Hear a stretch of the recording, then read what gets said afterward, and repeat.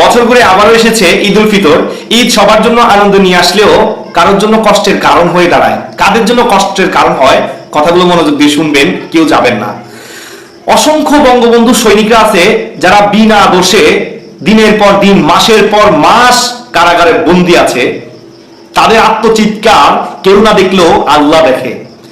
এই যে ঈদ আসবে, তারা সব সময় তাদের মাথায় এটাই চিন্তা হবে, আমার সন্তান না জানি বাহিরে কিভাবে আছে, সন্তানকে কিছু কিনে দিতে পারলাম না, আমার সন্তান আমাকে দেখছে না। সেই কারাবন্দীরা তাদের আত্মীয় স্বজনকে দেখতে পায় না।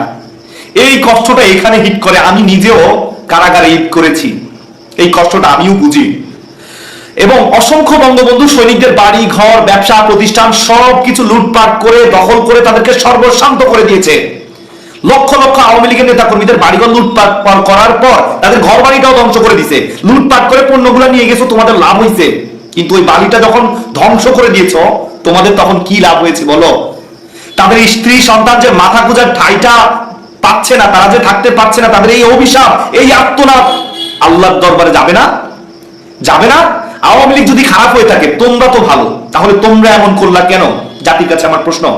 এবং সেই বাবারা যাদের সবকিছু লুটপাট করেছে, টাকার অভাবে ঈদে সন্তানদেরকে কোনো কিছু কিনে দিতে পারে না, এই বাবাদের জন্য ঈদটা কষ্টের কারণ হয়। তাদের বুকটা ফেটে যায় যে সন্তানকে কিছু কিনে দিতে পারলাম না।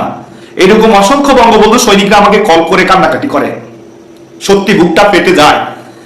তো যাই হোক, অনেকেই আওয়ামী লীগের নেতা কর্মীকে সহযোগিতা করছেন, যারা করছেন তাদেরকে ধন্যবাদ, কৃতজ্ঞতা। যারা করছেন না তাদের প্রতি রিকোয়েস্ট থাকবে, আপনারা বঙ্গবন্ধু সৈনিকদের পাশে থাকবেন। তো যারা নির্যাতিত, সবাইকে বলবো মনে রাখবেন, আল্লাহ কখনো তার বান্দাকে একা ছেড়ে দেয় না। আল্লাহ অবশ্যই আপনাদের পাশে আছে। আল্লাহ অবশ্যই ছাড় দেন, ছেড়ে দেন না। আল্লাহর উপর বিশ্বাস হারাবেন না, আল্লাহর উপর বিশ্বাস রাখবেন। তো এই জুলুমের অবসান হবে ইনশাল্লাহ। 2 বছর পরে হোক, 5 বছর পরে হোক, এই জুলুমের অবসান ইনশাল্লাহ একদিন হবে। কাজে সবাইকে ঈদের শুভেচ্ছা জানাচ্ছি। ঈদ মোবারক। দুঃখ কষ্ট যাই হোক, ঈদ তো সবার জন্য আনন্দ নিয়ে আসে। কষ্ট হয়তো থাকবেন, কষ্ট পাবেন, কিন্তু দিন শেষে আল্লাহর উপর ভরসা করেন। তো যাই হোক, সবাই ভিডিওটা লাইক কমেন্ট শেয়ার করে সাপোর্ট করবেন। শুধু আমার এই পেজটিকে না, স্বাধীনতার সপক্ষে যে বা যারা ভিডিও বানাবে প্রত্যেকের ভিডিওতে লাইক কমেন্ট শেয়ার করে সাপোর্ট করবেন। আমার এই পেজটা আবারও রিচ ডাউন হয়ে গেছে। রাজাকারের বাচ্চারা রিপোর্ট মেরে আমার পেজটিকে আবারও রিচ ডাউন করছে। আপনারা অবশ্যই সাপোর্ট করবেন আর ফলো দিয়ে দিবেন।